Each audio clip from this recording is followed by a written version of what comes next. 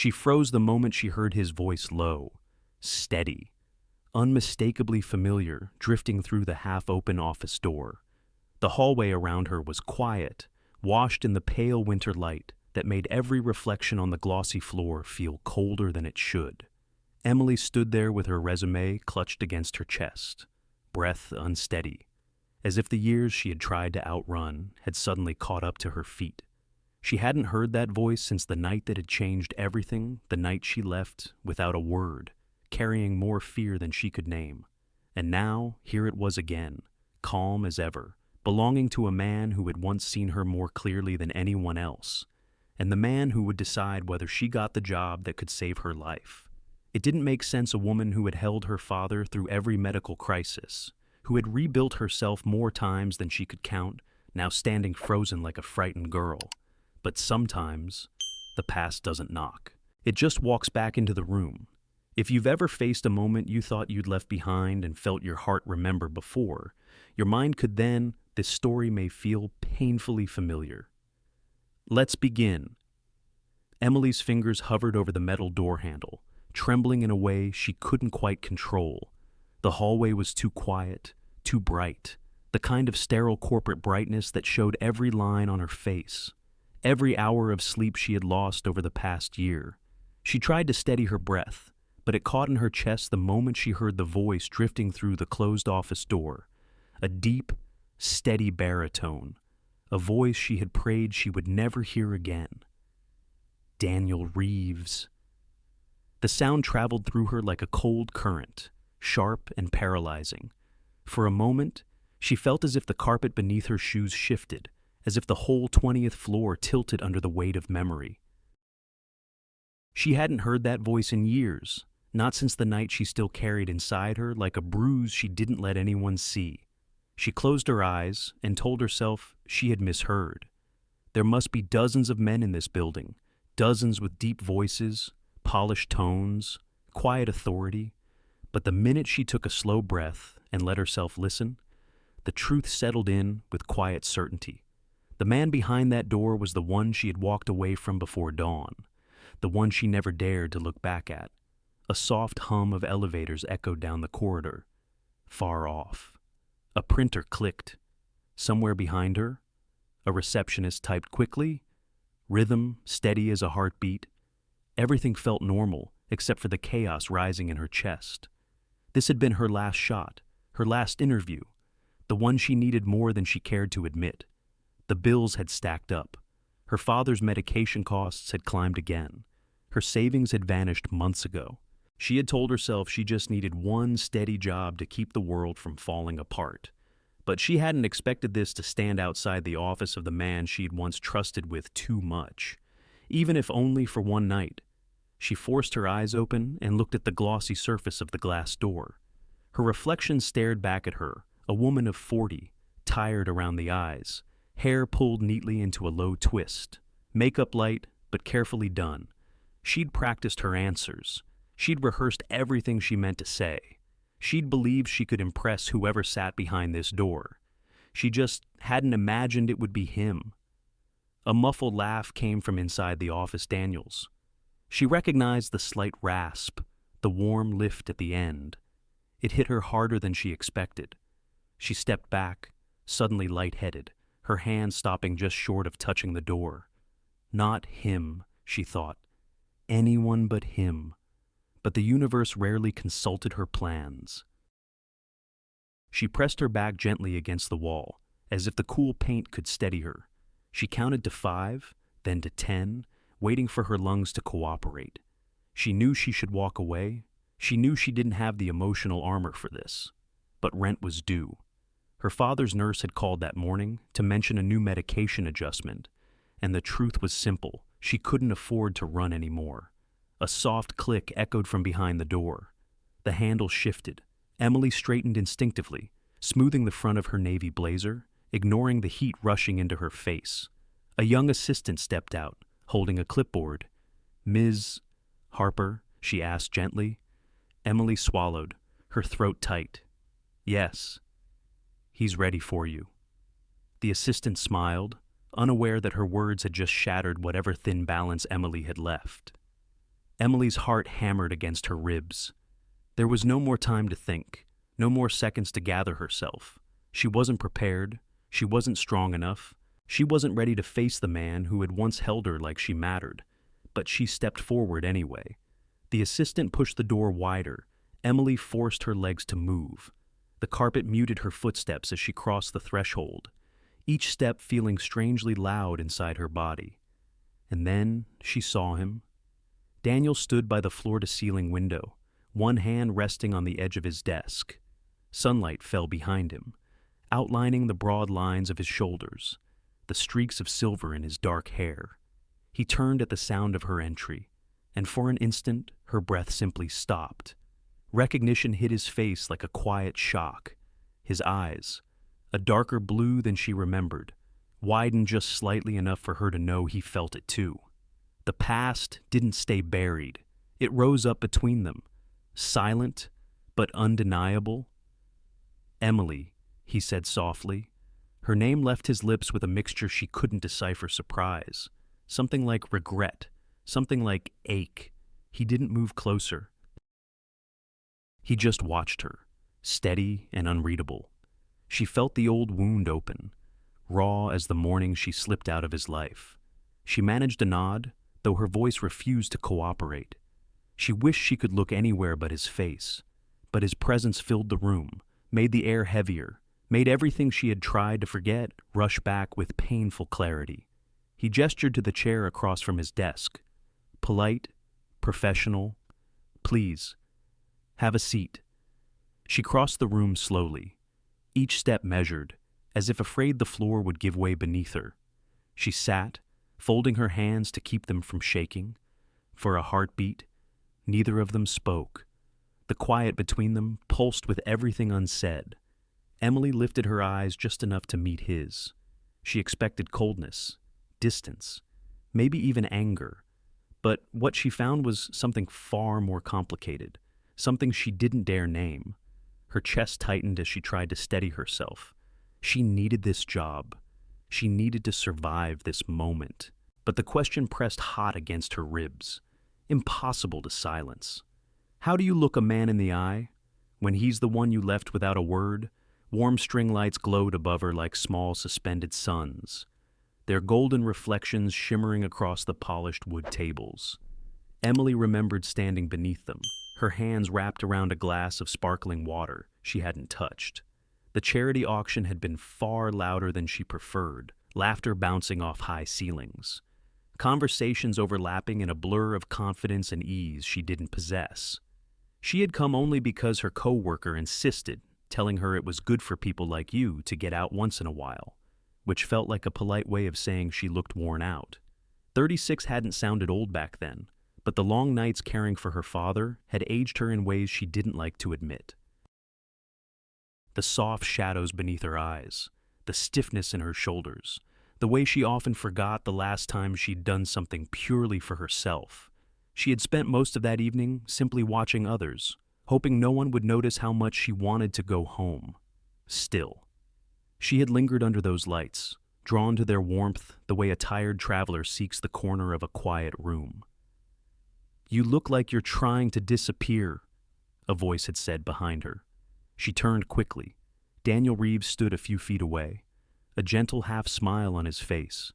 Back then, he was 44, his hair still more dark than silver, though the faint streaks at his temples had made him look distinguished rather than weary. He wore a simple charcoal suit that fit him easily, like he didn't have to prove anything to anyone anymore. His presence had a steadiness to it, calm, grounded, almost comforting. Emily had managed a polite smile. "Crowds aren't really my thing. Mine either," he said. "I came because a friend insisted." He lifted his glass slightly. "I'm counting this as my good deed for the month." Something in the way he said it made her laugh, softly but genuinely.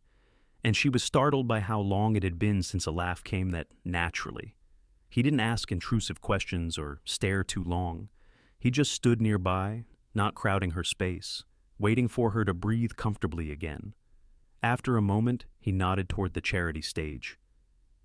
"Do you know anyone here?" She shook her head. "Not really. A coworker dragged me along. I think she wanted an excuse to get out of her house. He tilted his head thoughtfully. And what about you? Did you want to get out of yours? Her breath caught, surprised by the accuracy of the question. She glanced down at her hands, at the faint shimmer of condensation on her glass.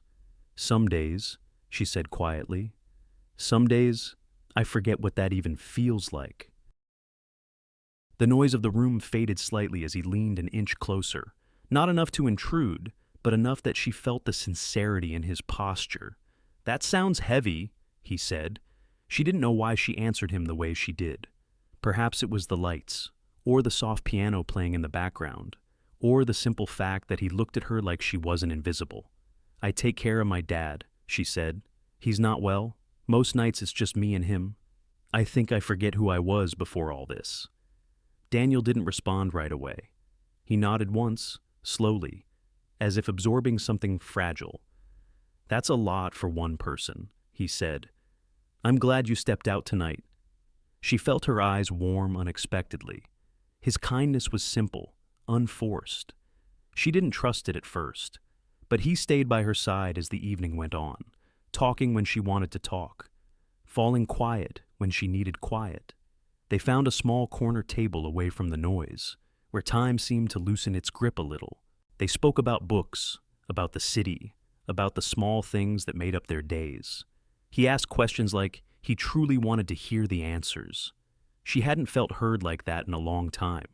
Eventually, the crowd thinned, and someone dimmed the lights to encourage people toward the exit. Emily knew she should go. Her father's nurse would leave soon, and she wanted to check on him before bed. But when Daniel offered to walk her out, she didn't refuse. It felt natural. The two of them stepping into the cool night air. Outside, the street was quiet, the kind of Portland evening where the sky carried the faint smell of rain. They talked a little more, slower now, both reluctant to end the night. She remembered him brushing a stray curl behind her ear, not forward, but gently backward, as if he didn't want to disturb her. You deserve moments like this, he'd said softly. The warmth in those words had undone something inside her. She hadn't planned to lean closer. She hadn't planned the kiss, but it was soft, almost tentative, and she felt a pulse of something she had thought long dead, the memory of being wanted, not for usefulness or obligation, but simply as a woman. He kissed her forehead before pulling away. Can I drive you home? She shook her head, not because she didn't want to, but because something in her resisted the idea of letting him see the life she lived, the pills on the counter, the stacks of medical bills, the caregiver fatigue she couldn't hide once the makeup came off. She wasn't ready for someone to walk into that. Instead, they walked. Her place was only a few blocks away. They talked until they reached her building. He looked at her as if something in him had shifted too. When she invited him up, it wasn't planned, it wasn't reckless. It was a quiet surrender to being seen. And the night that followed was not rushed or wild, but gentle two people, holding on to a moment, suspended outside the hard edges of their real lives. He touched her like she was a fragile truth he didn't want to break. She held him like she was grateful for a warmth she hadn't let herself feel in years. Then dawn came with its pale blue light, and everything changed in a breath. Her phone buzzed her father's nurse. Something was wrong. She saw the text, felt panic shoot through her chest. She got dressed quickly, shoes in hand to avoid waking Daniel.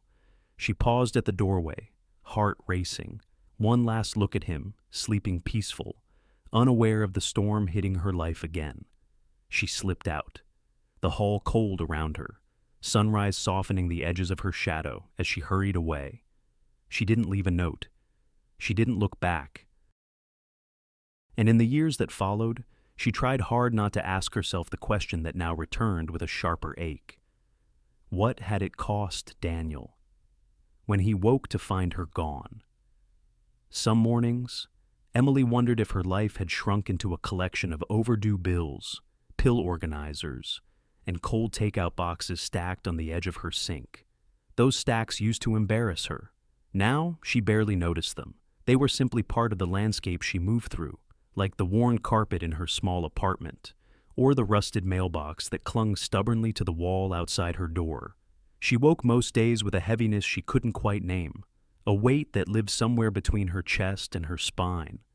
It wasn't depression exactly, at least not the kind she'd once read about in pamphlets at the hospital. It felt more like erosion, slow, quiet, relentless. A life that had been running on empty for too long. Her father had been in long-term care for almost a year now. The decision to move him there had gutted her, but she'd had no choice. The falls were becoming more frequent, the confusion worsening, the nights more dangerous. The nurses were kind, the facility clean, the doctors attentive, but the bills were a mountain she had no climbing gear for. Every month she chose which payments could be delayed without disaster. Some days she prayed the mailman would skip her building entirely. Losing her job had been the final crack in the dam. The downsizing came as a shock. 12 years at the small marketing firm. Loyal, dependable, the kind of employee who skipped vacations because her father needed her. And yet, in the conference room that day, her name was printed on a white sheet of paper, like an afterthought. She remembered staring at the list and feeling something inside her fold in on itself. Since then, she had sent out dozens of resumes. Some days, she sent out 30. Other days, she stared at her computer screen until her eyes stung, unable to form a single sentence that made her sound like the competent woman she used to be. Rejection emails came like clockwork, polite but sharp. And now this interview, Reeves Industries, a major firm, a salary that could save her father's care plan and keep her afloat. She had rehearsed answers for days, practiced her handshake, even ironed her one good blazer the night before. It was her last hope, and she carried it like a fragile bowl she couldn't afford to drop. She entered the building that morning with a trembling breath and tried to steady herself. She told the receptionist her name, then walked down the corridor toward the executive floor. The hallway was lined with muted artwork, the kind that made a person feel small in a quiet, professional way. Afternoon light filtered in through the narrow windows, cold and pale, casting slanted shadows across the polished floor. She reached the door marked with gold lettering, Daniel Reeves, Chief Executive Officer. Her hand rose automatically, ready to knock. Then she heard his voice. It was unmistakable low, steady, slightly rough at the edges. The voice she'd heard under warm string lights on a night she had never allowed herself to forget. Her breath caught, the sound coming out sharper than she intended. For a moment, she truly thought she was imagining it. But the door wasn't thick enough to blur the familiarity. He was speaking to someone calm, composed, all business. The timbre of his voice vibrated through her like a memory she had tried to bury under years of responsibility and exhaustion. Her knees weakened. Her hand dropped from the door handle. The hallway seemed to shrink around her, the hum of the elevator blending with the pounding in her ears. Daniel Reeves.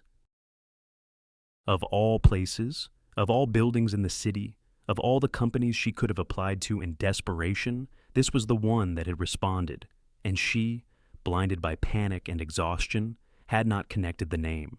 There must have been dozens of men named Reeves in Oregon. She never imagined a wave of dread rolled through her. If he saw her now, would he think she had done this on purpose? Would he imagine she had sought him out? Years later, needing something, that night between them had been fleeting but genuine, a tenderness she had never found again, and she had repaid him by disappearing before dawn, leaving nothing but rumpled sheets and silence. What if he believed she'd used him? She rubbed her palms against her skirt, trying to steady her breathing. She told herself to turn around, to walk away, to pretend she'd never made it to the appointment. She could claim illness later. She could apologize in an email. She could do anything except open that door. But then her father's face flashed in her mind, the fog in his eyes. The way he smiled when he recognized her voice, the trembling in his hands when he said her name. He needed her. And without this job, she couldn't keep him where he was safe. Before she could gather the courage to flee, the assistant returned, offering her a brief apologetic smile. "Ms. Harper, he's ready for you now." Her pulse thundered. Now she repeated, her voice barely steady. "Yes," the woman confirmed, already reaching for the handle. Emily wanted to speak. Say no. Ask for a moment. Claim she needed water. but the words remained locked in her throat. The door opened with a soft click, and there was no time left to run, no time left to choose anything but forward. She stepped inside. Daniel Reeves rose slowly from behind his desk. For a heartbeat, his expression didn't change, polished, professional, unreadable, and then his eyes focused fully on her. The change was subtle, but unmistakable. Controlled surprise, a flicker of something deeper beneath it. He didn't move toward her, but she felt the shift in the air between them, that familiar presence she had once leaned into, now wrapped in years of distance. "Emily," he said quietly. Hearing her name in his voice again nearly broke her. His tone was measured, steady, but his eyes were unsettled, as though memory had reached him first. She stood frozen in the doorway, her hands trembling at her sides, bracing herself for whatever came next. Did he resent her or remember her? He didn't ask about her resume first. He asked, softly, "How have you been, Emily?" The question landed between them like something fragile, almost breakable. She felt it before she understood it, a shift in the air, a warmth that didn't belong in an executive office with cool gray walls and a skyline spreading past the glass behind him. Emily forced herself to meet his eyes. They were steadier than she expected, older, sharper around the edges, but still holding that quiet attention that once made her feel seen in a way she hadn't been prepared for. "I've been managing," she said. The words felt safer than the truth. Daniel nodded, though something flickered at the corner of his expression, a recognition she didn't want him to have. He gestured toward the chair, and she sat down, folding her hands tightly in her lap, as if she could hide the tremor in them. For a moment, neither of them spoke. He broke the silence first. "You look tired." It wasn't criticism. It wasn't pity either. Just an observation, offered gently, as if he remembered the woman who once confessed over coffee that sleep had become a luxury. She cleared her throat. "It's been a long year." He leaned back, his gaze steadying. "I read your resume. You've done impressive work, thank you. And you were let go because of downsizing." She nodded. "That shouldn't have happened," he said quietly. "Your portfolio shows more dedication than most teams put together." Her breath caught not because of the compliment, but because his tone held a familiarity that didn't belong here. He was speaking like he used to, like the man who once listened to her dreams under string lights and made her feel, for a single night, like she wasn't drowning. "I appreciate that," she answered, keeping her voice even, careful. Daniel picked up a pen but didn't write anything. "Before we move on," he began, "I need to ask something." Her stomach tightened. "Why did you leave that morning without a word?" She felt her pulse hammer against her ribs. She hadn't expected him to ask so directly. The years hadn't dulled the memory how she slipped out before sunrise, how she couldn't bear to break something that felt too good to be hers. "That isn't relevant to the interview," she said quietly. His jaw flexed, almost imperceptibly. "It's relevant to me." The room shrank. The hum of the building's HVAC blurred into a low, steady drone. She pressed her hands together harder. "My father had an emergency." She finally said, "I didn't have time to explain. You didn't have time to call." His voice was still calm, but there was something wounded beneath it. Not anger, disappointment, a held breath. "No," she whispered, and she couldn't offer more, not without unraveling. Daniel set the pen down, folding his hands on the desk instead. "You could have told me later." She shook her head. "I couldn't." His eyes searched hers, quietly, as if trying to piece together something long buried. But he didn't ask again. He shifted, straightening a few pages on the desk, the closest thing either of them had to calling a truce. "All right," he said. "Let's talk about the position." She exhaled slowly. He outlined the expectations: high-level coordination, discretion, the ability to handle pressure and long hours. It was demanding, but she knew she could do it. She had done harder things for less reward. She answered each question with as much composure as she could muster. Their conversation, while professional, carried an undercurrent she couldn't ignore. Every time his gaze lingered half a second too long, her thoughts snagged on that night the warmth of his voice, the steadiness of his hands, the gentleness she never forgot. But she fought to keep the memories from coloring her answers. She needed this job. She couldn't afford mistakes. When he asked about her availability, her voice cracked slightly. Immediately, he noticed. He didn't mention it. A long pause settled before he leaned back, studying her not with the interest of a CEO evaluating a candidate, but with something she hadn't seen in years, something almost human, softened by time and what might have been regret. "You're a strong candidate," he said, "the strongest I've seen for this role." He paused. "I'd like to offer you the position." Emily blinked. She should have felt relief, gratitude, something bright. Instead, a wave of fear rolled through her. Her first thought wasn't, "I can do this." It was, "What will people think?" She imagined whispers in the hallways, accusations, assumptions. She imagined Daniel's status overshadowing her capabilities, painting her as someone who had stepped into success through the wrong door. Her palms grew cold. She swallowed hard. "I'm not sure." He frowned, almost imperceptibly. "Is this about what happened between us?" She stiffened. "I don't want anyone misinterpreting." "No one will," he interrupted before pausing, correcting himself with a sigh. "Or at least, I'll make sure you're treated with respect here." Emily shook her head. Respect isn't something you can enforce. Once people think something, that's it. The disappointment in his eyes deepened, though he kept his posture steady. "Emily, you need this job." The truth hit harder than she expected. She did need it. The bills were crushing. Her father was slipping further into confusion. She couldn't hold everything together without a lifeline. And this position was more than a lifeline. It was stability. Quietly, almost painfully. She nodded. "I'll accept." The relief that crossed Daniel's face was brief but real. He rose from his desk and extended his hand. The moment her fingers touched his, a current stirred subtle, familiar, unwelcome. They both felt it, and both pretended they didn't. When he released her hand, her pulse was still stumbling. She looked anywhere but at him, afraid of what might be reflected back.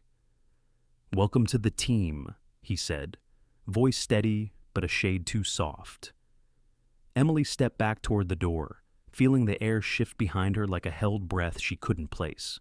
She didn't turn around as she left, because she wasn't ready to face the question that clung to the space between them. Could two people with a shared wound pretend nothing ever happened? By day 3, Emily could already feel eyes lingering a little too long as she passed.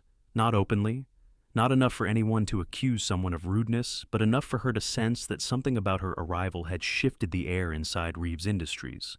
A hum beneath the fluorescent lights, a pause in the hallway conversations, a tilt of the head when people thought she wasn't looking. She told herself it was normal. New hires always drew attention, but deep down, she knew there was something more.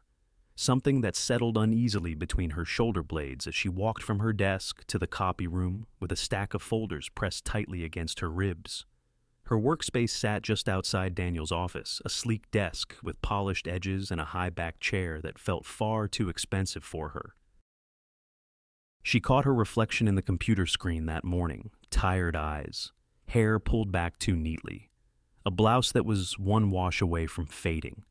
She tried to smile at herself, but the expression looked strained. Most coworkers were polite, even kind.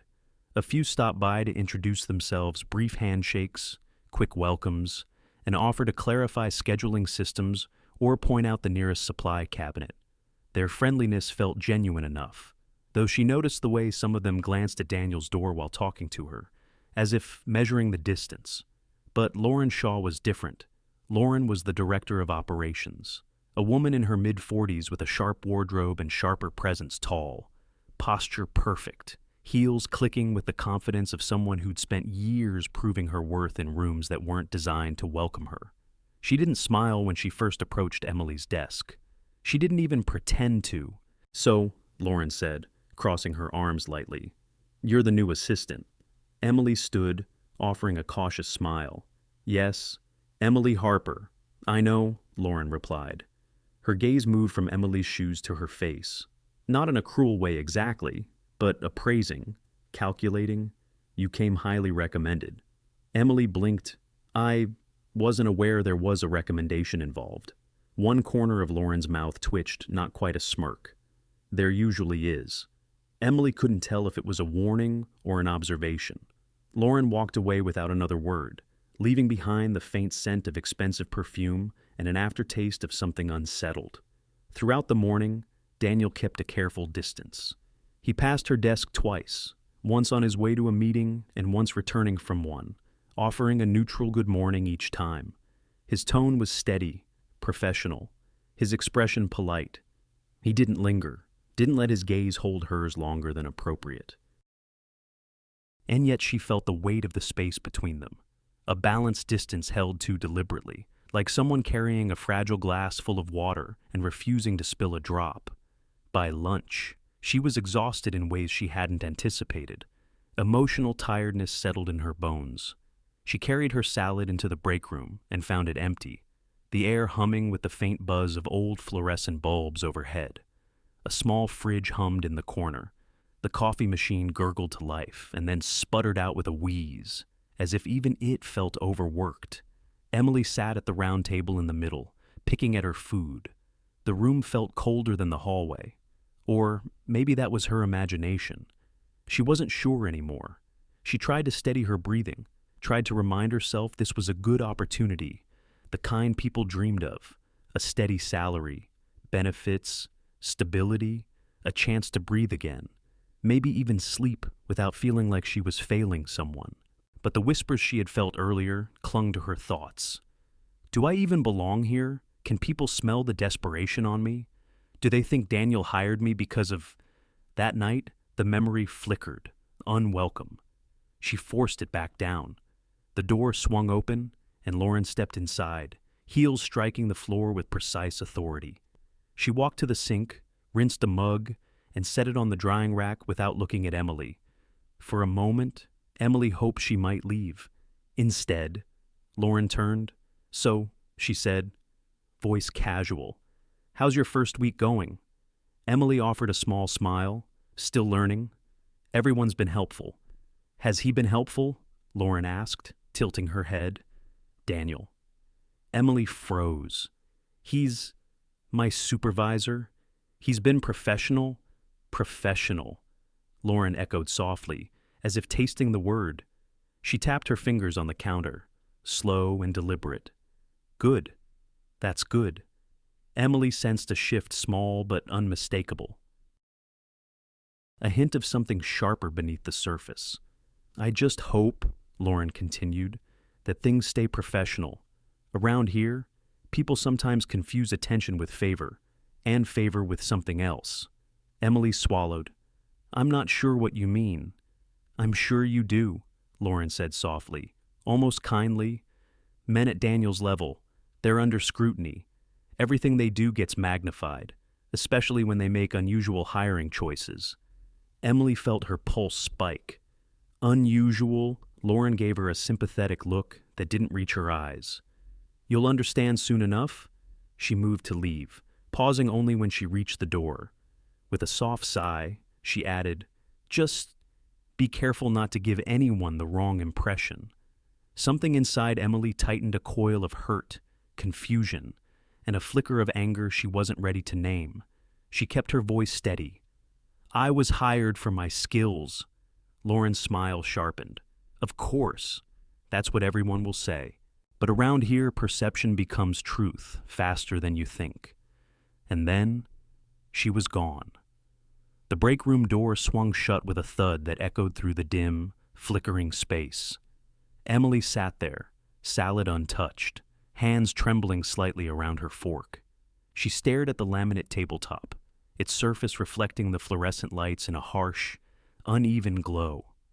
Was this about jealousy, about power, or was it something deeper, something to do with Daniel? She couldn't tell, but she knew one thing with sudden, unsettling clarity, whatever this tension was. It wasn't going away anytime soon. The office was quiet after 7 p.m., the kind of quiet that made every unspoken feeling louder. Most of the staff had already left, the last echoes of footsteps fading down the hallway.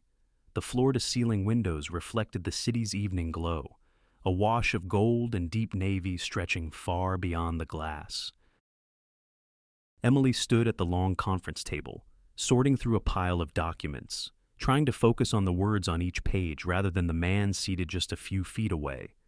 Daniel had been working silently for the last hour, sleeves rolled to his forearms, tie loosened, a faint line of strain visible along his jaw. Every so often, he'd glance up as if about to say something, then return to his notes. The tension wasn't hostile, it was heavier and far more delicate, woven from threads neither of them knew how to cut or keep. Emily stacked the last folder, forcing her breath to stay steady. She didn't know if staying late had been a mistake or an inevitability.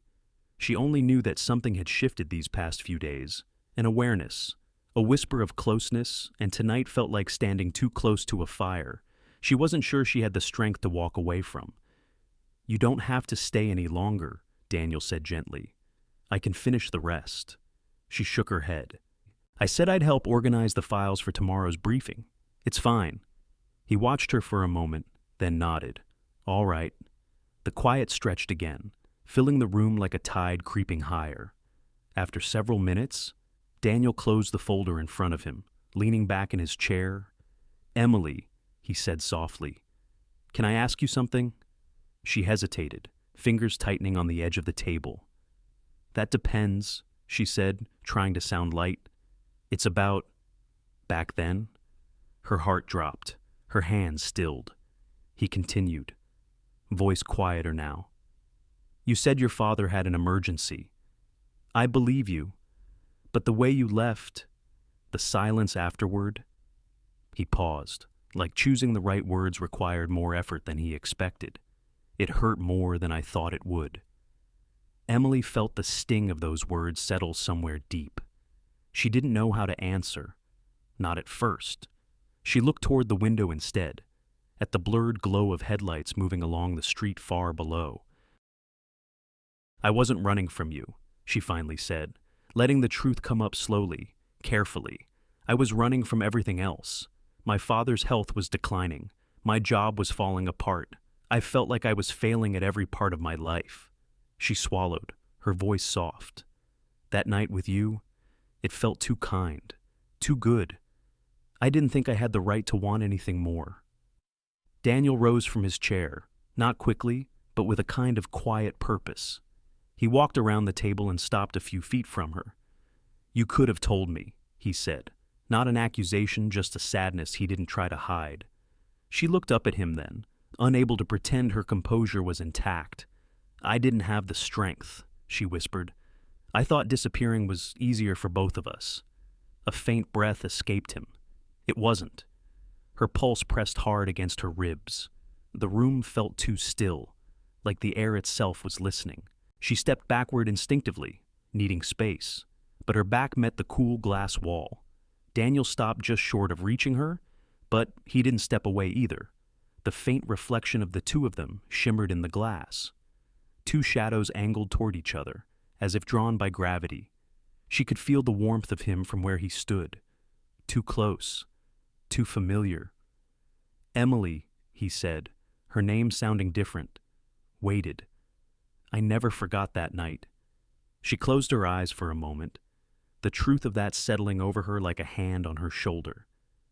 "Neither did I." When she opened her eyes, he was still there, his expression soft but conflicted, as though he was balancing on the same thin edge she was.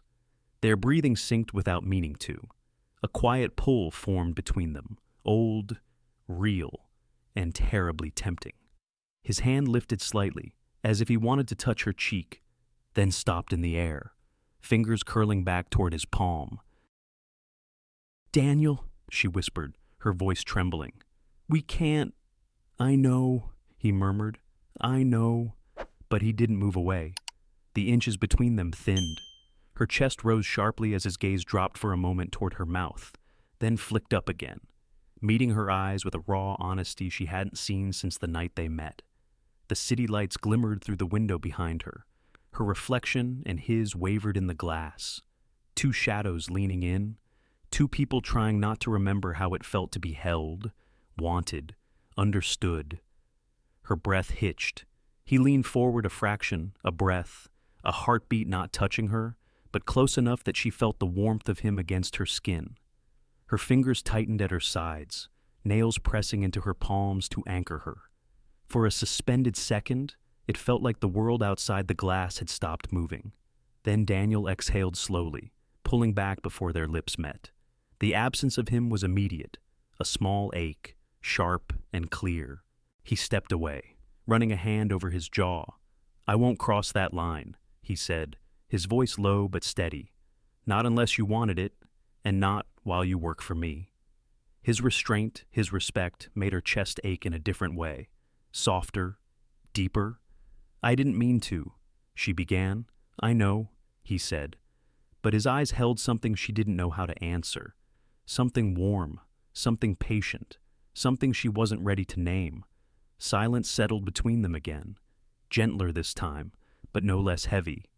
She gathered the folders with trembling hands, trying to regain control of her breath. "Daniel," she said uncertainly. He looked at her, waiting. "Why do you still care?" she asked, barely audible. His expression shifted subtly, painfully, beautifully. "I could ask you the same thing," he said. The words lingered long after she turned away, echoing in a place she had tried to keep quiet for years. Her father's room always smelled faintly of cedar and old books like a life that had once been full. Emily paused in the doorway, letting the familiar scent settle over her like a blanket pulled from another time. The late morning sun filtered through the blinds in thin, warm stripes, lighting the dust motes drifting lazily in the air. Her father sat in his recliner by the window, a thick sweater over his shoulders despite the room being heated.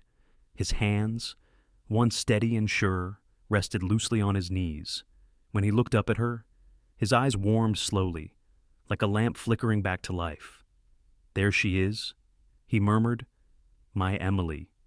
She smiled, stepping inside. "Hi, Dad." He patted the chair beside him. It took him longer than it used to register her presence. But when he did, the joy was genuine. She liked to think he still knew her in ways that mattered, even if names slipped and memories scattered like loose papers. "You bring coffee?" he asked. Hopefully, she held up the cup. "Of course. 2 creams, no sugar." He grinned, pleased that she remembered his preference even when he often didn't. His hand shook as he reached for the cup, and she steadied it, guiding it into his grasp. The tremor in his fingers had worsened these last few months. She tried not to think about what that meant. "How was work?" he asked, sipping carefully.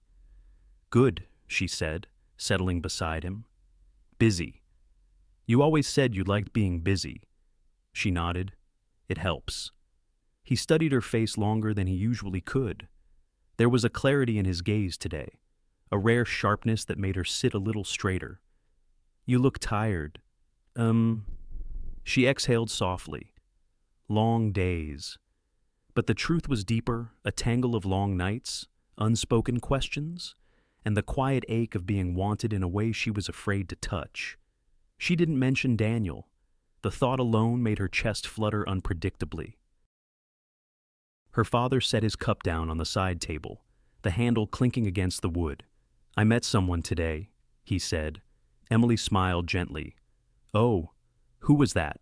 His brow wrinkled as he dug for the memory. A man, tall, dark hair, polite. He paused.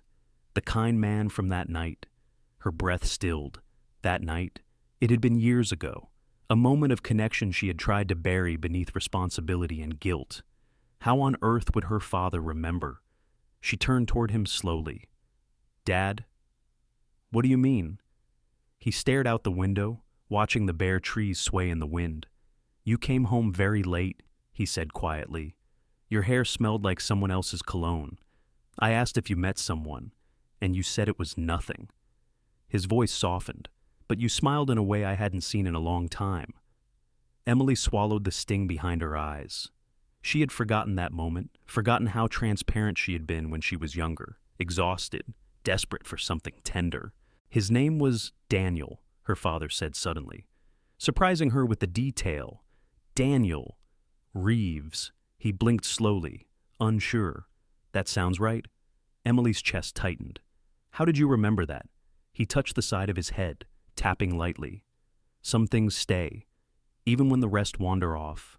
Tears pricked the edges of her vision. "It was a long time ago," she murmured. "Doesn't feel long," he said. "Feels like something unfinished." She turned away, blinking back tears. The guilt rose again, not sharp, but heavy, like wet cloth draped over her shoulders. She had been running from her father's decline, from the crushing weight of caregiving, from the responsibility that never loosened. And in running, she had left something behind, left someone. Her father reached for her hand, placing his trembling fingers over hers. The gesture was small, but the warmth in it nearly undid her. "You've given up enough." "Em," he said, voice soft but steady. "Too much, if I'm honest." She shook her head. "I did what I had to. I know." He squeezed her hand weakly. "But you disappeared from yourself along the way." Her breath hitched. "You deserve something good," he whispered. "Someone good. Don't let fear make all your choices." "Sweetheart." Emily bowed her head, the weight of his words sinking in deeper than she expected. She wished she could believe them, that she deserved more than survival, more than scraped together hope and long nights alone. But wanting anything felt dangerous. "Dad," she murmured, "I don't know if I can handle more complications right now." He smiled sadly, patting the back of her hand. "Love isn't a complication. It's a place to rest, even if only for a moment." She looked at him then, really looked, his sweater slipping from one shoulder, his hair thinner than last month, his face softer, older, fading in ways she wasn't ready to accept. He managed another small smile. "You chased after everyone else for years. Maybe it's time to let someone, chase after you." Her chest tightened painfully. But the words wouldn't come. Not yet. Her father let out a long, quiet breath. Closing his eyes, the afternoon light softened around them, turning the cedar and paper scent into something almost holy, like a pocket of time carved out only for truth. Emily watched his hand tremble over hers, felt the warmth of it, the fragility, the love behind the simple gesture. For the first time in a long time, she let herself wonder, was she brave enough to want something again, or would she, as always, step back into the shadows she'd grown too used to? Emily sensed danger the moment Lauren stepped up to the microphone, her smile too sharp, too pleased. The ballroom sparkled under chandelier light, gold and crystal shimmering across polished floors. Guests in tailored suits and evening gowns filled the room with the low hum of polite laughter, clinking glasses, and curated small talk.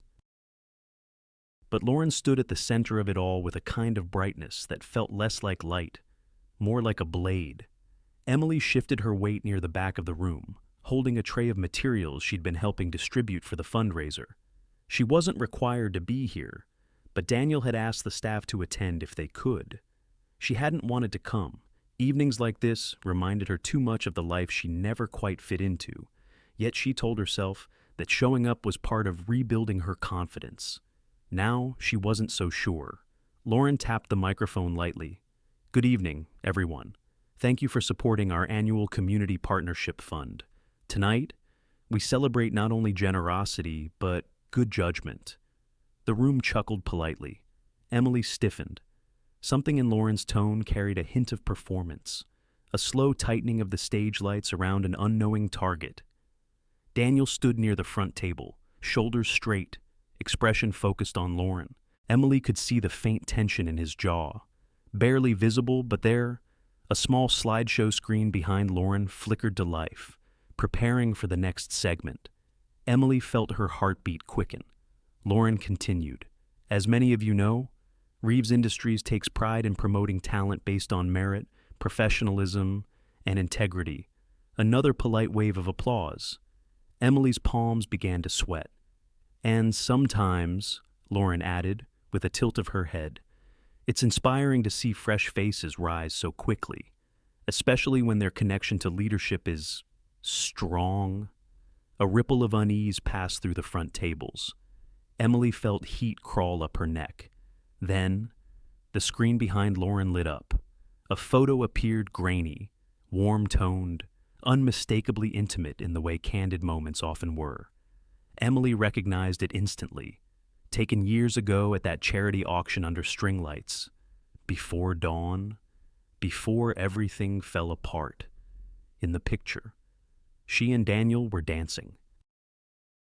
Not inappropriately, but close. His head bent slightly, her face turned toward him, open, hopeful, a moment captured in innocence, now twisted under the ballroom lights. Emily's breath caught. Her fingers tightened around the stack of papers she held.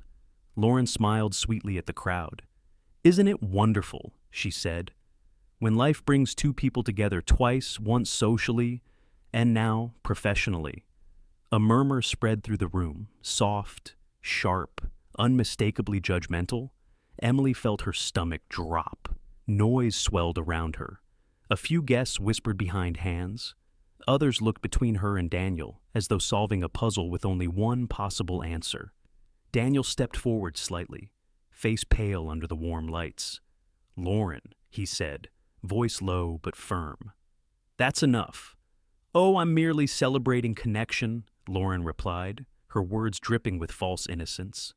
"After all, promotions are more meaningful when everyone understands." The background? Emily's vision blurred for a moment. Promotions, connection. Was this really happening? She felt every stare the weight of strangers' assumptions, the sting of being reduced to a rumor. Her dignity, already stretched thin these past weeks, felt like it was tearing. Someone near her whispered, "Well, that explains a lot." She flinched, her throat tightened painfully.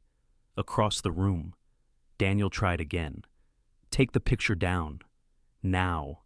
Lauren's smile never wavered. "Oh, I'm sure there's no harm in a little transparency. We value honesty here, don't we?" The implication landed with violent clarity. Emily stepped backward, trying to catch her breath. The chandelier light shimmered in her eyes like water she couldn't swim through. Her pulse thudded in her ears. Her knees trembled. Not here, not in front of them. Not like this. Her fingers fumbled, dropping the stack of materials. Papers scattered across the polished floor, fluttering like lost feathers. A few guests gasped quietly. Most simply stared. Emily couldn't bend down to pick them up. Her body wouldn't move. Shame pressed around her like two tight walls. She met Daniel's eyes just for a second. He looked stricken. Her chest tightened with something sharp and unbearable. She turned away before she saw anything more. Heels no longer steady. She slipped them off, holding them in one hand, barefoot. She pushed through the side door, the cold corridor outside hitting her like a slap. The click of the ballroom door closing echoed down the hallway, one final, humiliating punctuation mark. Her breath came in shallow bursts. Tears blurred the edges of the world, but didn't fall. She walked quickly, then faster, her bare feet whispering against the carpeted floor. The sound of music, laughter, and murmurs faded behind her, replaced by the quieter hum of the empty hallway, dim, cold, indifferent. She stopped near a window, pressing her hand against the glass to steady herself. The city lights glittered far below, indifferent witnesses to the cracks forming inside her. Her thoughts tumbled, jagged and uncontrollable. Did he know this could happen? Was he going to defend her or protect himself? Had she been a fool to believe she could ever fit here? The glittering reflections wavered as her breath fogged the glass. In the ballroom she'd left behind. Her name and everything she worked so hard to hide now hung in the air like a stain. She whispered, barely audible even to herself, "What have I done?" Or maybe the real question was, what will he do now? For 2 days. Emily didn't open the blinds. The world could wait. Morning slid into afternoon, afternoon into evening, and she barely moved except to sip water or sit on the edge of her bed, staring at the carpet until the patterns blurred. The apartment felt smaller when the light was shut out, a cocoon or a cage, depending on the moment. She wasn't sure which she preferred. On the second night, her phone lit up on the nightstand. Messages, missed calls. One from Daniel she couldn't bring herself to open. Several from coworkers offering support, though she knew some were fueled by curiosity rather than concern. Her father's facility had called twice, just checking in. She had returned only one call, assuring the nurse she'd visit soon. She didn't specify when. She hadn't told her father what happened. She couldn't bear the thought of his face tightening with hurt or worry. He had already carried too much on her behalf. She didn't want him carrying this too. The glow from her laptop screen was the only light in the room. The resignation email sat open, the cursor blinking after her final sentence. She had typed it in a haze at midnight, hands shaking. Now she reread it for the 5th time. It was short, professional, detached, nothing like how she felt. Her throat tightened. If I send this, everything ends, and maybe that's the point. A soft knock startled her. She didn't answer. The knock came again, firmer this time. "Em," a woman's voice called. "Open the door. I know you're in there." Emily's breath caught. Marilyn? She hadn't seen her friend in weeks, maybe months. They'd grown close when Emily first began caring for her father. 2 women navigating midlife with different bruises but the same stubborn resilience. Marilyn was older, 52, and sharp in a way that made you feel safe and challenged at the same time. The knocking stopped. For a moment, Emily thought she'd left. Then keys jingled. Emily groaned softly. Marilyn had a spare set, insisted on it when Emily first moved here, in case you collapse from exhaustion or forget how to live like a person. She should have known she'd use it eventually. The door opened, hinges creaking. "Sweetheart," Marilyn called, stepping inside. "If this place smells like those frozen dinners again, I'm staging an intervention." Emily winced when the hallway light flicked on. She heard Marilyn sigh before she saw her silhouette in the doorway. "Oh, she murmured. Emily pulled the blanket higher over her knees. "Please don't start. I won't," Marilyn said, which was a lie, judging by the way she dropped her purse on the floor and marched straight into the kitchen. "But I will cook, and you will eat, and then you will tell me what happened. Otherwise, I'll fill in the details myself, and you know how dramatic my imagination is." Emily let out a weak sound, not quite a laugh, not quite a sob. Within minutes, the scent of warm soup drifted through the apartment.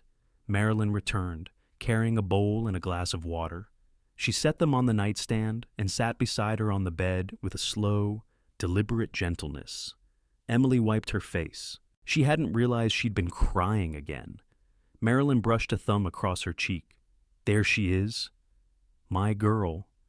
Emily broke, not loudly, not dramatically, just a soft, collapsing exhale as tears slid down her face, her shoulders curling inward. Marilyn wrapped an arm around her without asking.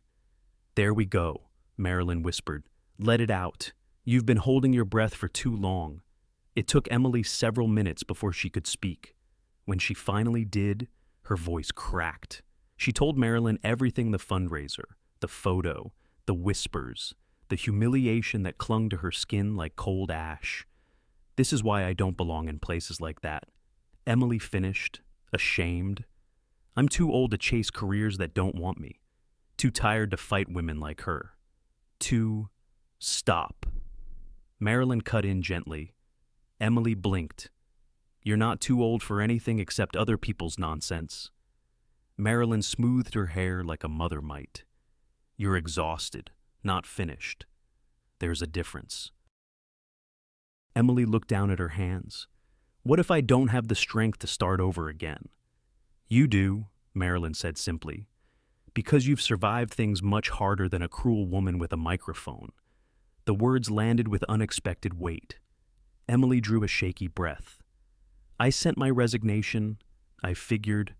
Marilyn nodded at the laptop. Good for you. Emily frowned. Good. You walked away from a place that mistreated you, Marilyn said. That's strength, not surrender. Emily didn't respond. She wasn't sure she believed it. Marilyn nudged her shoulder. Eat your soup before I spoon-feed it to you. Despite everything, a small smile tugged at the corner of Emily's mouth. She took the bowl, hands trembling, and ate slowly. Warmth traveled down her throat, pooling in her chest, grounding her in a way she hadn't expected. When she finished, Marilyn stood. Now. Before you crawl back into that blanket cave, she pointed to the laptop. You're going to apply for another job. I can't, Emily whispered. Not right now. Yes, right now, Marilyn insisted. Something honest, something human. Not this corporate circus. She reached for the laptop, opening a bookmarked list of small local firms she had once recommended to Emily. Start here, pick one, I don't care which. Emily swallowed. Her fingers hovered over the trackpad. I don't know if they'll want me. Well, Marilyn said, crossing her arms, you won't know until you try, and if they don't, we try again. Emily stared at the screen. A modest marketing agency, fewer than 20 employees. Their website was clean, simple, warm, nothing like Reeves Industries. It felt attainable. She clicked apply. Her breath shook as she filled out each field, piece by piece. When she pressed submit, a strange quiet settled inside her. Not peace, not yet, but space. Space where fear used to be. She leaned back, exhaustion folding over her like a tired wave. Marilyn squeezed her shoulder. See, you're still fighting, even if it doesn't feel like it. Emily nodded, though her chest still felt heavy. Was there room in her life for healing, or was survival all she'd ever be allowed? She didn't know, but for the first time in days, she let the question stay. Flashbulbs were already firing when Daniel stepped up to the podium, their sharp bursts of light cutting across his face like quick slices of lightning. He stood straighter than he felt, shoulders squared beneath a navy suit that looked more rumpled than usual. The room was crowded, reporters pressed close, microphones angled toward him, murmurs rising like low static. He drew a breath that barely reached his ribs. Good morning, he said, voice steady but quiet enough that people leaned in. Emily watched from her couch, wrapped in a blanket, her laptop balanced on her knees. She hadn't planned to turn on the TV, but the news alert had popped up, and something about seeing Daniel Reeves's name splashed across the screen made her stomach fold in on itself. She clicked the broadcast before she had time to overthink it. Daniel cleared his throat. I'll get straight to the point. He looked tired, not the kind of tired makeup or good lighting could hide, the kind that came from nights without sleep, from decisions made with a heavy heart. A small part of her, the part she had tried to bury, felt something twist. Effective immediately, he continued. Lauren Shaw has been terminated from Reeves Industries. Gasps rippled through the reporters. Cameras clicked faster. Her actions specifically targeted harassment and defamation of an employee were unacceptable and violated company policy and basic human decency. Emily swallowed hard. Hearing that Lauren was fired didn't soften the memory of humiliation, but it did crack something open inside her, a thin line of shock mixed with something like vindication. Daniel glanced down at the papers in front of him, but didn't read them. Instead, he placed both hands on the podium, grounding himself. There has been speculation about an employee who recently resigned, he said slowly, and about her relationship with me. Emily's breath stilled. She did not receive her position through personal involvement with me, he said. She earned it by merit, by skill, by hard work. Her chest tightened. He could have stopped there, made a clean, careful statement, and protected himself. But he kept going. As for the photos shown at the fundraiser, he said, jaw shifting slightly, they were taken years ago, before she ever worked here, before I knew I would see her again. His voice softened. The connection between us was personal, mutual, and entirely unrelated to her employment. More flashes, more whispers. Emily curled her fingers around the edge of her blanket, nails digging into the fabric. Hearing their shared past spoken out loud, stripped of innuendo, stripped of shame, made her feel exposed and strangely seen at the same time. Daniel looked directly into the crowd. I also want to say this clearly. I failed her. The room quieted. I failed to protect her from a hostile environment. I failed to address the toxicity that had been growing under my leadership. And I failed to understand how deeply the past and the politics of our workplace could harm someone who trusted me. Emily blinked, her throat burning. She didn't know what she expected from him, but not this.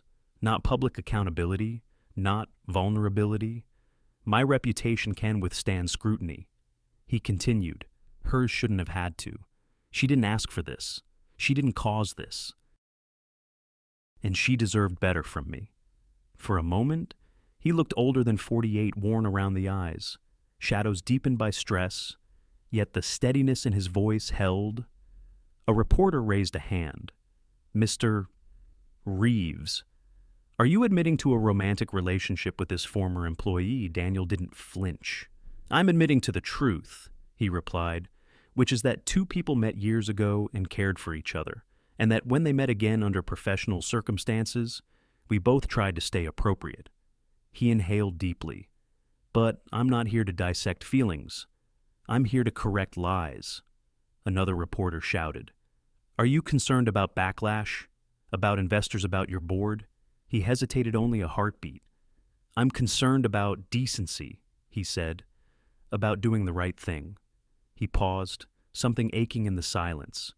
Reputation matters, but integrity matters more. Emily closed her eyes. That sentence felt like a pebble dropped in still water, waves pushing outward and brushing against tender places in her. When she opened them again, Daniel was adjusting the microphone. His voice lowered, steady but thick. There is one more thing I need to say. Reporters leaned forward. So did Emily, though she didn't realize it.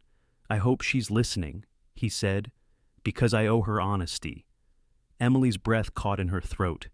I'm sorry, he said, for all of it, for not being the leader she needed, for letting fear of gossip overshadow empathy, for making her feel alone when none of this was her fault. He swallowed, the movement small but visible. If she never speaks to me again, I'll understand. But she deserves to hear the truth from me, not from rumors.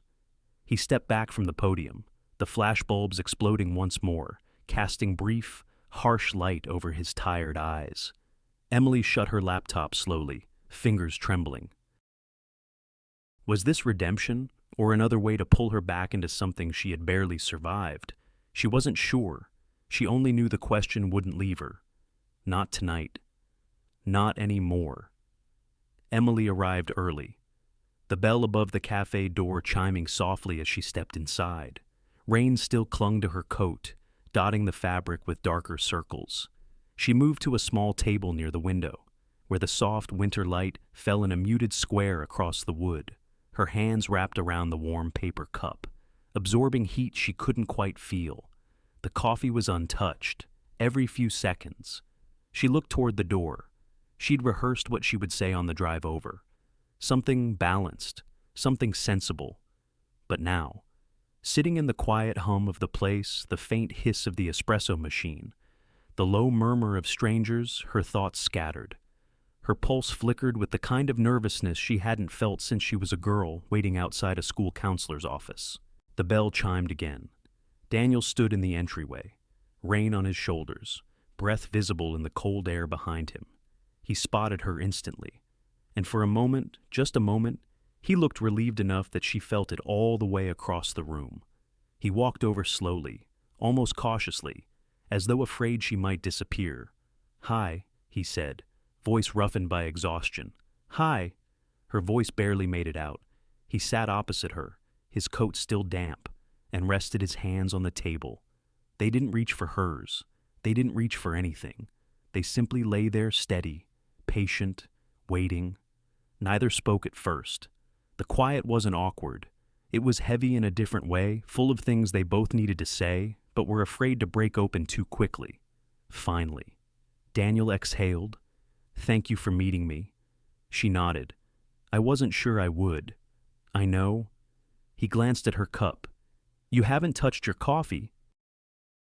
I wasn't sure I could keep it down, she said, attempting a smile. It faded quickly. I watched the press conference. He closed his eyes briefly. I hoped you had. I did. She studied him. The shadows under his eyes, the grate of tiredness in his voice, the way he looked smaller somehow, stripped of the polished armor he usually carried at work. You didn't have to do any of that. Yes, he said quietly. I did. She lowered her gaze, tracing the rim of her cup with her thumb. Why now? Daniel. After everything, he didn't answer immediately. Instead, he leaned back slightly, as though steadying himself. Because I let you walk away once, he said, and I'm still not sure why you left that morning years ago, but it haunted me.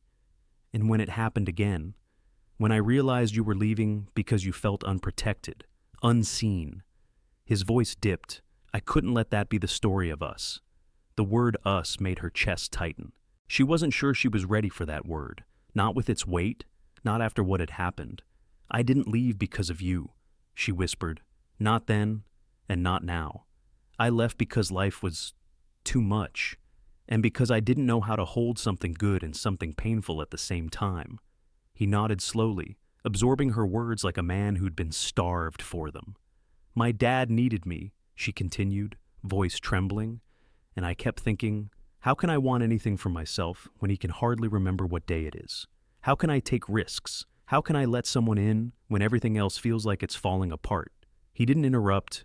He simply listened the way he had all those years ago, under string lights on a warm night that had felt like borrowed magic. When he finally spoke, his voice was soft. I loved you then, he said. You should know that. I didn't understand it at the time, but I did. Her breath caught, and I care for you now, he went on. Not because of the past, not because of guilt, but because when you walk into a room, I feel like something in me settles, like maybe the world's noise makes a little more sense. She looked up sharply, her eyes stinging. Daniel, you can't say things like that. I can't not say them. He folded his hands, fingers tightening. But I'm not asking anything of you. I'm not expecting you to come back to the company. I'm not expecting some grand reconciliation. A faint smile. I just needed you to know the truth.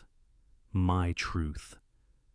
A quiet settled between them, not heavy this time, but gentler. Healing. Even. Emily stared at the steam rising from her coffee, twisting in the air like a fragile ribbon. I don't know if I can do this, she admitted. Do what his voice was careful. Hope, she whispered. He rested an elbow on the table, leaning closer, not invading, not assuming. Then we take this slowly, he said. Whatever this is, if it's conversations in coffee shops, or walks, or nothing more than closure, I can live with any of that. She searched his face, looking for the hidden motives she feared: ambition, reputation, convenience, but she found none. Only sincerity. Only him. You weren't supposed to still matter, she said softly. He smiled, tired, sad, but warm. I wasn't trying to. Her laugh was quiet, broken around the edges, but real. She drew a breath that steadied her spine. There's hope, she said finally. But we do this my way, slowly, carefully. Daniel nodded once, like a vow. Whatever pace you set, I'll meet it. Her heart thudded, somewhere between fear and soft relief. Slow, she thought. Slow might be survivable. Still. Another thought crept in quiet, uninvited, impossible to ignore. Could they rebuild without breaking again? She didn't know, not yet, but for the first time in a long while, the question didn't terrify her. It made her want to stay.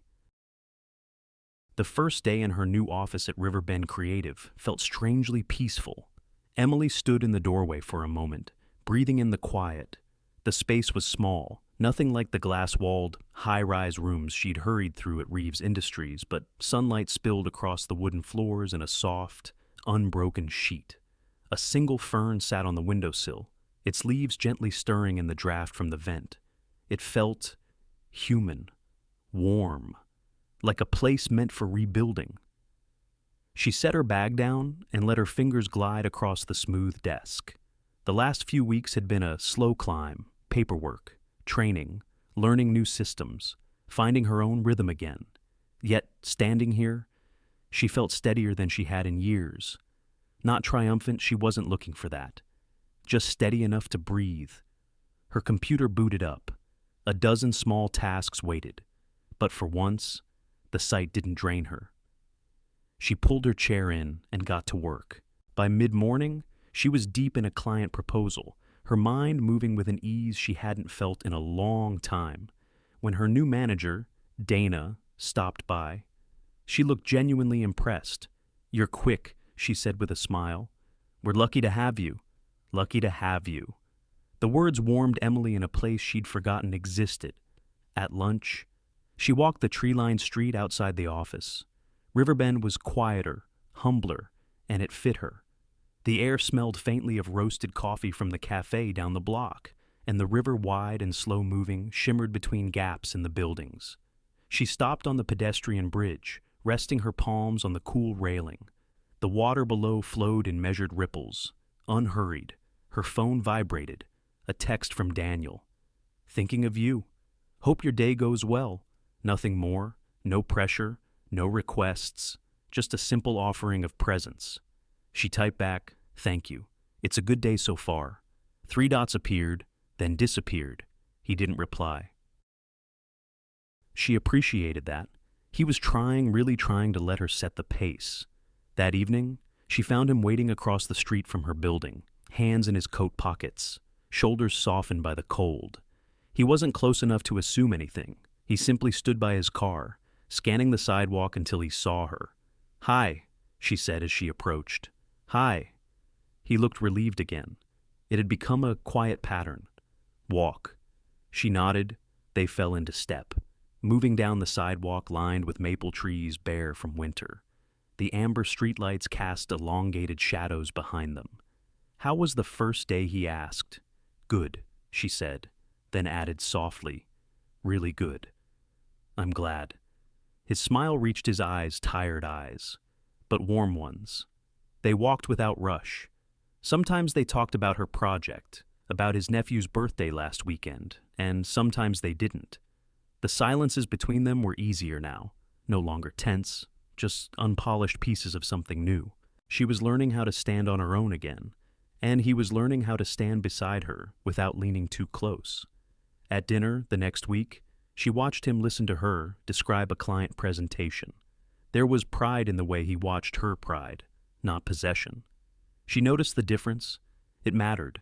She found herself smiling more, sleeping better, rushing less. But still, trust was a fragile thing, especially after what had happened. Some nights she lay awake, staring at the ceiling, wondering whether she was mistaking comfort for love, whether the past would always feel like a shadow waiting to catch up to her, whether slow steps could protect them from falling in the same direction again. She wanted to believe they could. She wanted to believe people could grow into the kind of tenderness they once mishandled. One late afternoon, after a particularly productive day, she stood in her new office with the sun warming her face. A thought flickered small at first, then persistent. Her father. He had asked about Daniel last week, remembered more than she expected. The kind man, he'd whispered, fingers trembling slightly. She hadn't known how to respond. But now, with light pooling across her desk and her heart no longer beating as frantically as it once had, she understood what the thought was asking of her. She needed to see whether the man she cared for could fit into the fragile parts of her life, not just the parts lit by hope. That night, she called Daniel. "I'd like you to meet my father," she said. There was a long, quiet pause on the other end. Not shock, not hesitation. Something deeper, something careful. "Whenever you're ready," he said. I think I'm ready now." She could hear his breath catch, not dramatically, just enough that her chest tightened in response. "Tell me the time," he said gently. "I'll be there. When she hung up, she sat at her small kitchen table, palms resting flat against the cool surface. Her heart thudded unevenly, fear, hope, and something like relief threading together. This was a step she wouldn't have taken months ago, maybe not even weeks ago. It wasn't a promise, it wasn't a declaration, it was simply a door opening cautiously, slowly towards something she wasn't afraid of anymore. Still, a question lingered as she turned out the kitchen light and stood in the quiet of her home, listening to the soft hum of the refrigerator.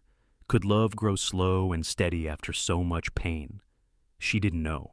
But for the first time, she wanted to find out.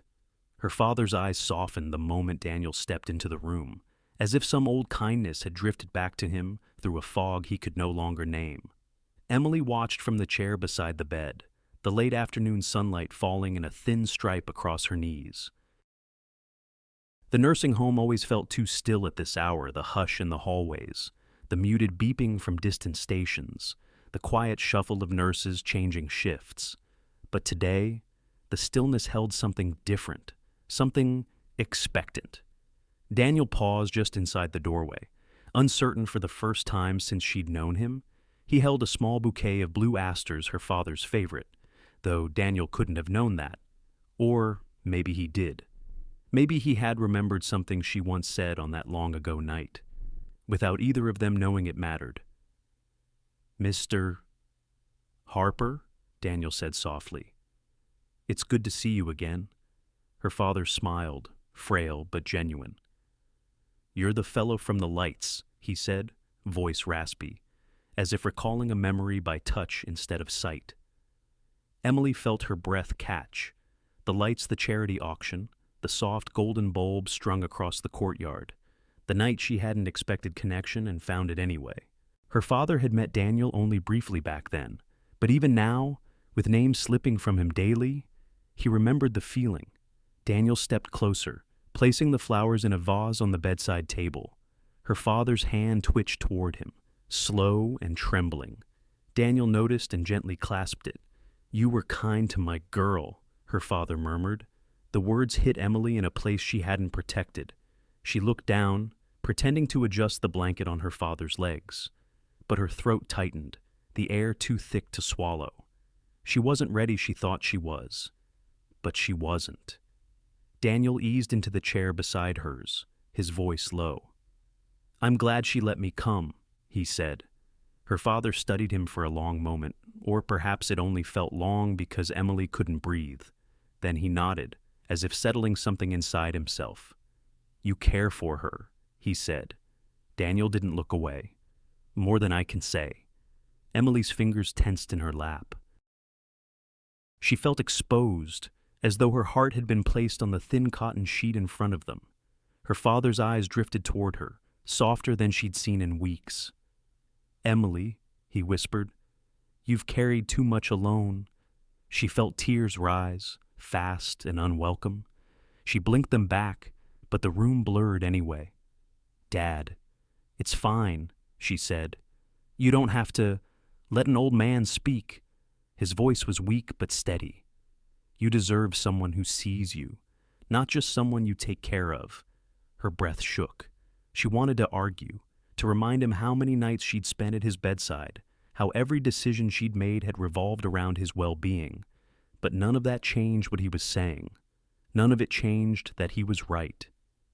Daniel sat still, giving her space, but his presence pressed against her like warmth through a winter coat. Her father lifted his hand, reaching for hers. She placed her palm against his, careful, reverent. He turned to Daniel again. "If you mean to stay," he said, "then stay with all your heart." Daniel swallowed. "I do." The words hung in the room like a promise stronger than volume. Emily's pulse pounded.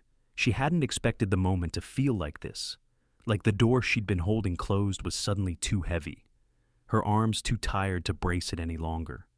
Her father's eyelids drooped, exhaustion settling over him. He squeezed her hand once, faint but deliberate. "Let yourself be happy." He murmured. "Don't wait until you're my age." She bowed her head, her forehead almost touching the back of their joined hands. She felt Daniel shift beside her, as if instinct pulled him closer, yet respect kept him still. When her father drifted into sleep, the room dimmed to the hum of machines and the faint rustle of winter branches brushing the window. Emily pulled the blanket up to her father's chest, smoothing it in slow strokes. She didn't look at Daniel. Not yet. Her heart felt too raw, like an old wound opened in a way that hurt and healed at the same time. "Emily," Daniel said quietly, "I know this is a lot. I didn't come here expecting anything from you.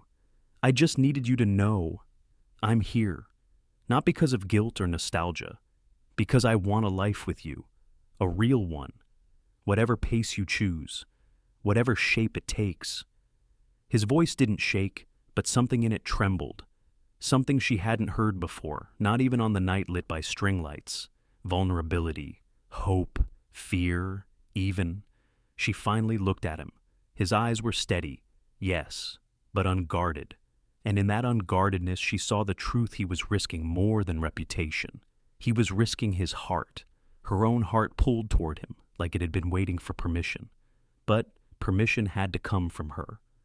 "I'm scared," she whispered. "I know," he said, "and I don't want my past, our past, to define what comes next. It doesn't have to. And I don't want to lean on you so much that I disappear." Her voice cracked. "I've done enough disappearing." He nodded slowly. "Then I'll stand where you can see me." The simplicity of it broke something open inside her. She exhaled long, trembling, honest. For years, she had tucked the truth away, afraid it would complicate everything, afraid it would pull her into a life she couldn't sustain, afraid she would lose herself in wanting him. But wanting him had never really gone away.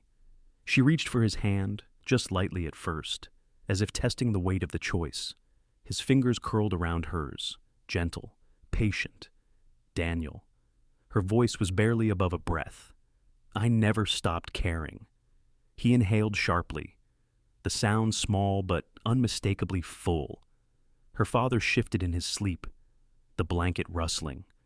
The three of them were connected, her hand in Daniel's, her father's hand still resting near hers. An unfinished chapter, finally opened. But what would it become? She didn't know. And that uncertainty trembled through her as she looked at Daniel, his thumb brushing hers once tentative, reverent, as if they were both standing on the edge of something that could change everything. What did a shared future look like now that nothing was hidden? She wasn't sure, but for the first time, she wanted to imagine it. On a warm spring morning, Daniel waited by the elevator as Emily stepped toward him, confident, calm, whole. Sunlight filtered through the tall windows of the lobby, catching faint glints on the marble floor. Her footsteps were steady, unhurried, the kind that belonged to someone who finally trusted where she was heading. He could tell even before she smiled that something in her had shifted, healed in its own quiet way. She carried herself differently now, not with bravado, but with a quiet assurance earned one hard step at a time. "Morning," Daniel said. "Morning." She adjusted the strap of her bag, eyes bright but soft. "I didn't keep you waiting, did I?" "Not at all." They stepped out into the warm air, the door closing behind them with a gentle thud. Spring had come early, and the scent of budding trees drifted across the city streets. Emily inhaled deeply, letting the breeze lift the ends of her hair. Months had passed since the day she introduced him to her father, months filled not with dramatic leaps, but with steady, deliberate building. She had thrown herself into her new role at Riverbend Creative, earning the respect of her team, and more recently, being asked to lead a new division focused on non-profit outreach. A role created not because of sympathy, but because of her work, her vision, her clarity. Daniel had kept his word. He stayed close, but never too close. He showed up when she asked, stepped back when she needed space, and listened, truly listened, in a way she had once believed impossible between two people who had so much unresolved history. Now, as they walked side by side, the city humming quietly around them, their pace fell into natural rhythm. "How's the new project going?" Daniel asked. Emily smiled. "Good. Better than I expected. Dana's trusting me with more responsibility than I thought she would. She trusts you because you've earned it." Emily glanced up at him, sensing there was no flattery in his tone, only truth. Truth had become their quiet foundation. Unadorned, unforced, steady. They reached the crosswalk. A bus rumbled past, offering a gust of warm air that tugged at her coat. Daniel's hand hovered near her back, not touching, just close enough that she felt the ghost of his warmth. She didn't step away. "This feels different," she said softly as they crossed the street. "What is life?" She paused. "Us." Daniel took a breath, his jaw tightening for a second, the way it did when he was holding back something important. "Different good?" he asked. She nodded. "Good. Real?" He exhaled, the tension easing from his shoulders. They continued down the block, past small shops with open windows, their displays filled with spring flowers and pale blue scarves fluttering in the breeze. Emily slowed when they reached the corner garden near the river, the one she'd started visiting on lunch breaks, where tulips now bobbed gently in the wind. She stepped closer to the low brick wall, fingers brushing the rough texture. "I used to come here when everything felt too heavy," she said. "I'd sit and watch the water and tell myself to keep going, just one more day." Daniel joined her, his gaze following hers to the slow-moving river. "You kept going," he murmured. "I did, and you didn't do it alone." She turned her face toward him, searching his eyes. For so long she had been afraid of depending on anyone, afraid that leaning would mean losing herself. But with him, it felt different. Not like leaning, like standing beside someone who faced the same direction. "Thank you," she said quietly. "For what? For not pushing? For letting this grow slowly?" His expression softened, the lines around his eyes deepening with something like tenderness. "I didn't want to rush something that mattered." They walked again, turning down a quieter street where the noise of traffic faded behind them. The buildings here were older, red brick with wide windowsills where neighbors placed early spring plants. Children's chalk drawings scattered the sidewalk in bright swirls. Emily's hand brushed his, not accidentally, not entirely intentionally. Daniel slowed. She slowed too. He looked at her, really looked, as though checking for hesitation. She offered him a small, steady smile. He reached for her hand. This time, she didn't pull back. She let her fingers slide into his, warm and firm, the contact grounding her in a way that felt almost like an exhale. He squeezed gently, not claiming, not asking, just holding. People passed them on the sidewalk, unaware. And for the first time, she didn't feel the sting of eyes or the shadow of whispers. She felt unafraid. It surprised her how simple it felt, how natural, as if this moment had always been waiting for them to grow into it. Daniel lifted their joined hands slightly, studying the connection with quiet awe. "I wasn't sure you'd want this," he admitted softly. "I do," she said, "just like this. Open, steady, no secrets, no running." His thumb traced a small arc over her knuckles, a gesture more intimate than anything they'd shared months ago. "I won't run either," he said, "not from you, not from us." They stopped near the end of the block, where sunlight spilled in a warm sheet across the pavement. Emily closed her eyes for a moment, letting the warmth settle over her face. She felt the city around her, alive and ordinary and full of possibility. She felt Daniel's hand in hers, patient and sure. And she felt herself not the woman who once walked out at dawn, not the woman humiliated under chandelier light, not the woman who hid behind closed blinds. Just Emily, whole, mended in places, open in others. She looked at him again. "You know," she said softly, "sometimes life gives you one night to remember, but it takes years to understand what it meant." Daniel's voice was barely above a whisper. "And now, she said, "I think it's giving me the chance to come home to myself. And maybe to you." A faint breeze stirred the air, lifting a loose strand of her hair across her cheek. Daniel brushed it back gently, his fingers lingering a second longer than necessary. They stepped forward together, into the stretch of sunlight ahead, leaving the shadows of the past behind them, as the soft hum of the city faded into something warm, something hopeful, something quietly new.